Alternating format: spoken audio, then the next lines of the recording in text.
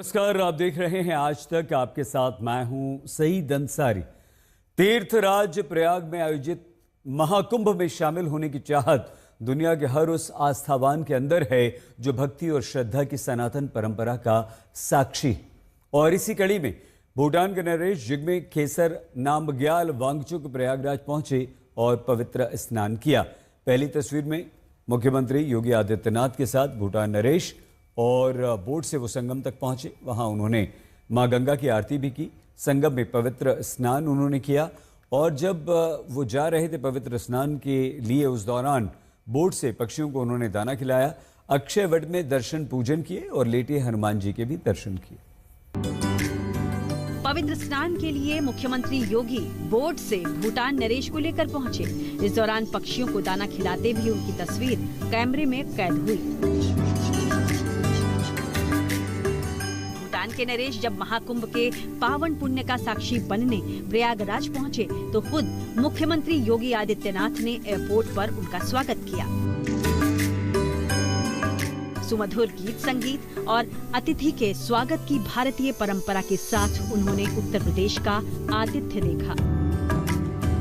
किला घाट से संगम नोस तक भूटान नरेश की ये तीर्थ यात्रा बेहद खास अनुभव वाली रही। प्रयागराज में भूटान नरेश यूं तो 4 घंटे की तीर्थ यात्रा पर आए, लेकिन हर पल दर्शन पूजन भक्ति के कार्यक्रमों में व्यतीत हुआ। सुबह करीब 10:15 बजे बमरौली एयरपोर्ट पहुंचने के बाद सबसे पहले किला घाट का दौरा किया और फिर संगम नोस की यात्रा।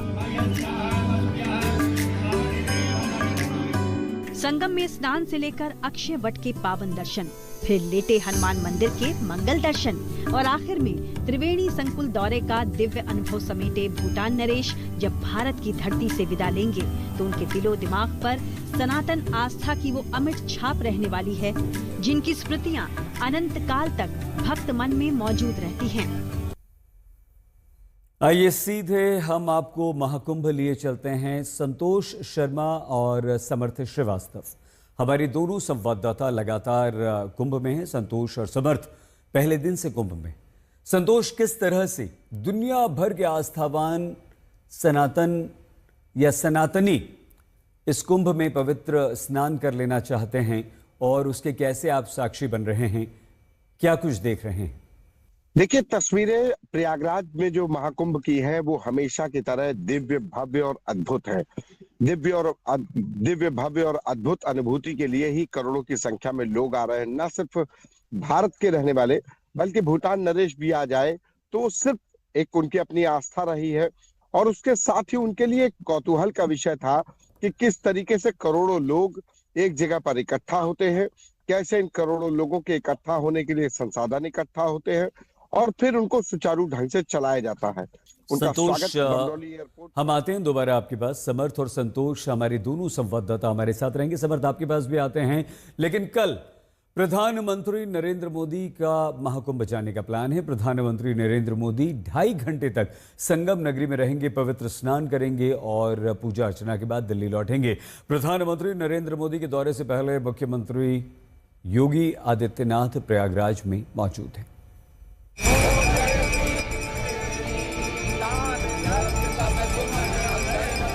और इस पावन कुंभ में अब पवित्र स्नान के लिए पहुंच रहे हैं प्रधानमंत्री नरेंद्र मोदी। ये तस्वीरें महाकुंभ के शुरू होने से पहले की हैं, जब प्रधानमंत्री तैयारियों का जायजा लेने महाकुंभ में आए थे। पीएम मोदी के प्रयागराज दौरे को लेकर अभी तक के तय कार्यक्रमों के मुताबिक जो जानकारी मिली है उसमें पीएम मोदी सुबह 10:45 पर अरेल घाट जाने वाले हैं।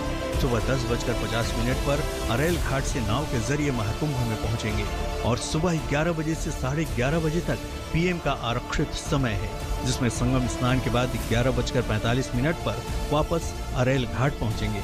इसके बाद दोपहर 12:30 पर पीएम मोदी प्रयागराज से वापस दिल्ली लौटने वाले हैं। संगम की रेती पर पूरे भारत के, पूरे विश्व के लोग जुड़ते हैं। हजारों वर्षों से चली आ रही इस परंपरा में कहीं भी कोई भेदभाव नहीं, जातिवाद नहीं। इसमें भारत के दक्षिण से लोग आते हैं, भारत के पूर्व और पश्चिम से लोग आते हैं। कुंभ में गरीब अमीर सब एक हो जाते हैं।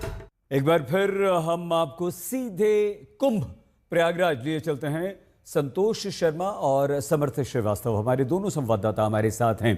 कल का जो पवित्र स्नान था वो पूरा हो गया और अब ऐसा लग रहा है कि आसानी से आराम से स्नान भी हो रहा है, भीड़ भी कम हुई है। क्या स्थिति है समर्थ अब आज इस समय कुंभ में? सही, बसंत पंचमी का स्नान जरूर पूर्ण हो गया है, लेकिन कल जो भीड़ थी उसके मुकाबले आज भीड़ ज्यादा है।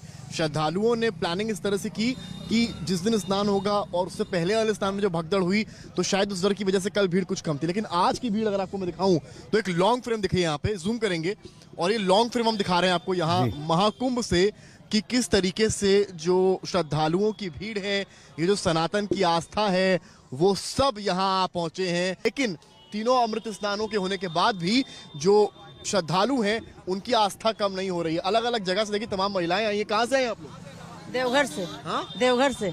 अच्छा, आप कहाँ से आए? नवादा से। नवादा से आए? हम मुंगेर से आए। यहाँ पर काफी श्रद्धालु हैं, क्या कैसा लग रहा है यहाँ पर आकर? अच्छा लग रहा है, बहुत अच्छा लगा। की ले लिया आपने? हाँ, इधर जा रहे हैं। कहाँ जा रहे हैं? यहाँ पर संगम में त्रिवेणी में नहा लिए। त्रिवेणी में जरूर जो भगदड़ मौनी अमावस्या में हुई उसकी वजह से कल के स्नान में भीड़ कुछ कम देखी गई थी, लेकिन वो भीड़ शायद ये प्लान किया था उन्होंने कि स्नान के दिन भीड़ ज्यादा होगी, हम अपने परिवार अपने बच्चों महिलाओं के साथ उस दिन आएंगे जिस दिन भीड़ कम हो और सैटरडे संडे ना हो। तो वो प्लानिंग जो है वो यहाँ पर एग्जीक्यूट हो रही है। रात मुस्कुराहट लिए तमाम श्रद्धालु तमाम लोग यहाँ पर निकल रहे हैं और आस्था की डुबकी लगाने के लिए संगम की ओर, त्रिवेणी की ओर बढ़ रहे हैं।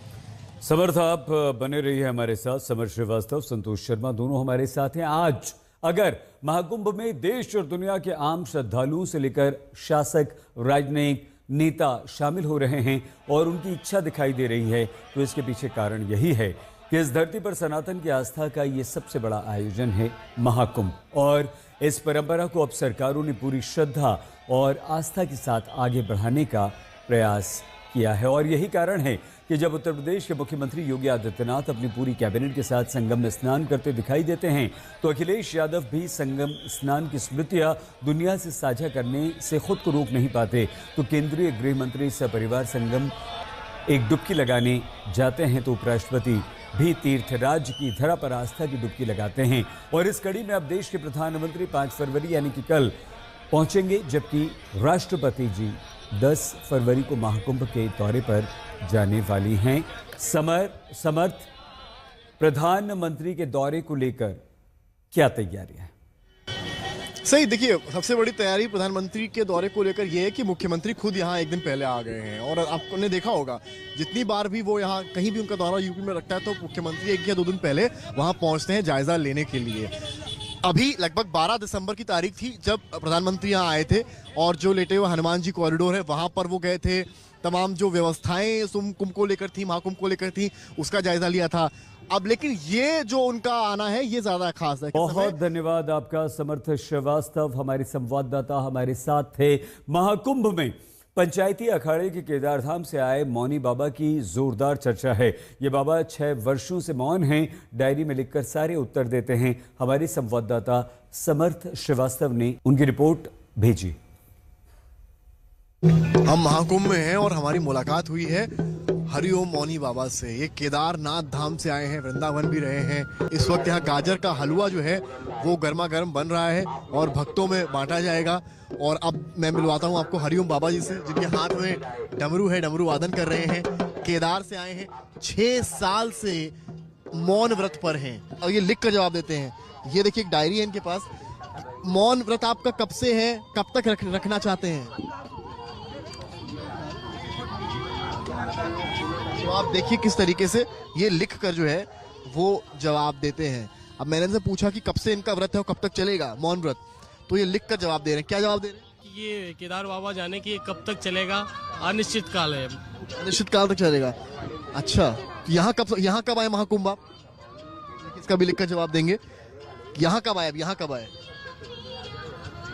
अब यहाँ ये आए हैं 10, क्या लिखा है? 10 तारीख को यहाँ पे हम लोगों ने जी शुरुआत से यहाँ पर है। और अब रायपुर जा रहे हैं। यहाँ से 3 अमृत स्नान हो गए, इसलिए अब आप यहाँ से आगे जा रहे हैं। हमारे इस प्रस्तुति में फिलहाल इतना है। आप प्लीज अपना बहुत ख्याल रखिएगा। देखते रहिए आज तक।